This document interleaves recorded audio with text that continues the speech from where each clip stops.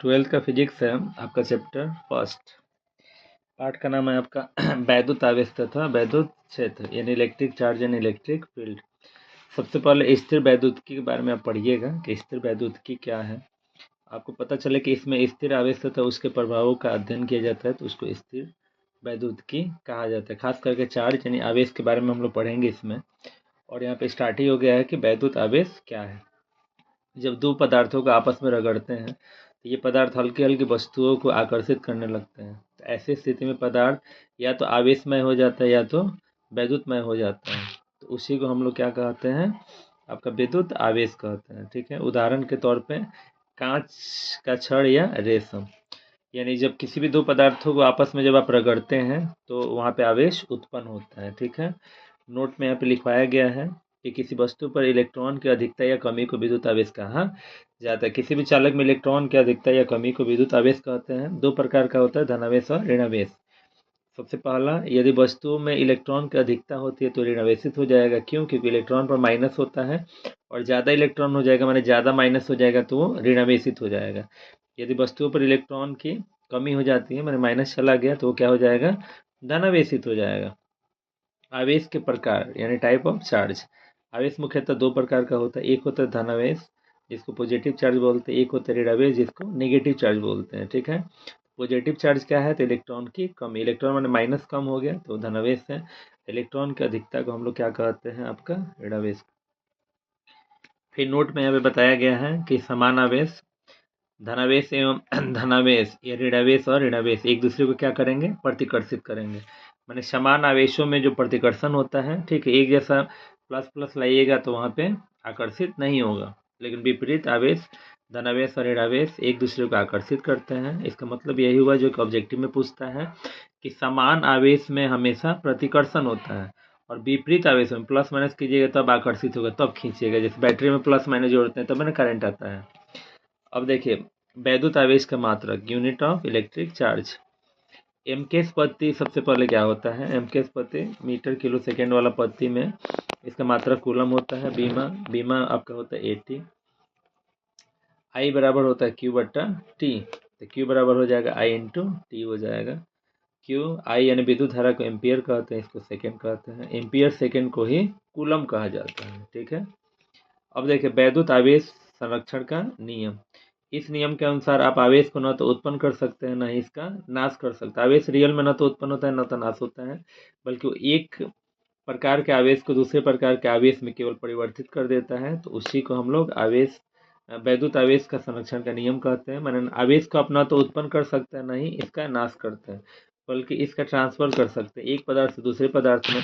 मानकर चले कि अगर छड़ में जो है आवेश है, अगर उसको रगड़िएगा रेशम से तो छड़ का आवेश रेशम से चला गया, अब रेशम में फिर छड़ को रगड़िएगा तो रेशम का छड़ में आ जाएगा। ठीक है, तो आवेश जो होता है वो केवल ट्रांसफर होता है, परिवर्तित होता है, वो उत्पन्न नहीं हुआ है, नाश नहीं हुआ। अब देखिए मूल आवेश, फंडामेंटल चार्ज क्या होता है, किसी आवेश कण पर जितना न्यूनतम आवेश रह सकता है उसे मूल आवेश कहते हैं। यानी मूल आवेश से आप क्या समझते हैं, तो किसी आवेशित कण पर जितना न्यूनतम आवेश आप रखिएगा उसे मूल आवेश कहते हैं। इसे प्रदर्शित करते हैं तो इलेक्ट्रॉन का मूल आवेश होता है प्लस माइनस 1.6 गुना 10⁻⁻⁹ कूलम। अब देखिए आवेश का क्वांटमीकरण या परमाणुकता।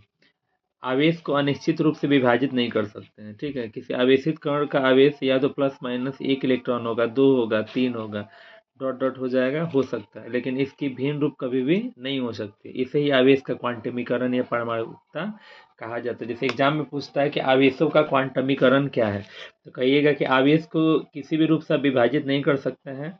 हमेशा आवेश जो होता है वो पूर्ण संख्या के रूप में होता है। ठीक है, मैंने 1 2 3 4 के रूप में होता है।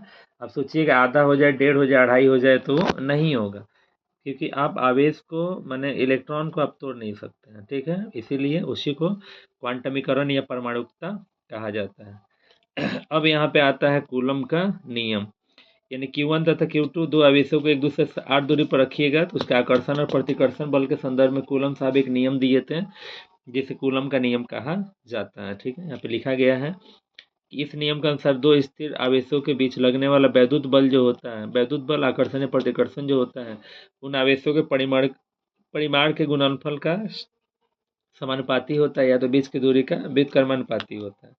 माना Q1 तथा Q2 एक दूसरे से 8 दूरी पर स्थित है, तब इनके बीच लगने वाला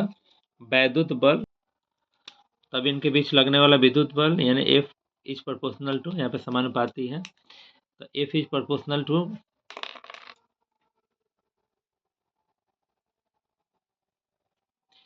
F समानुपाती Q1 इंटू Q2 बटा R² आपका हो जाएगा। यहाँ पे F is proportional to Q1 into Q2 equation first हो जाएगा।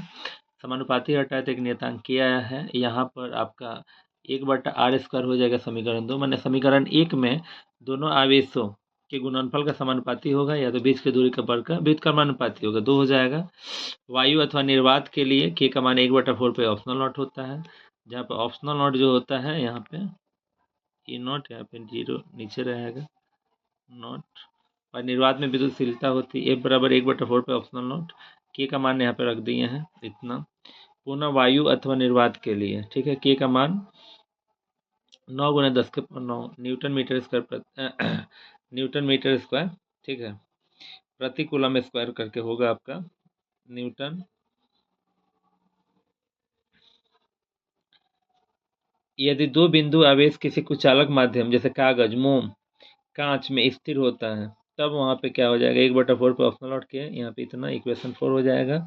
जहाँ के परावैद्युतांक माध्यम का परावैद्युतांक है। समीकरण 3 और 4 से जब हम आएंगे तो समीकरण 3 यहाँ पे आपको दिख रहा होगा, ठीक है, 3 और 4 से आएंगे तो A/इतना इतना हो जाएगा। F/Fm इक्वल टू के, जहाँ A बराबर के इंटू इतना क्रॉस मल्टीप्लाई कर लेंगे। यहाँ पे ऑप्शनल नॉट का आंशिक मान, मात्रक तथा विमीय सूत्र।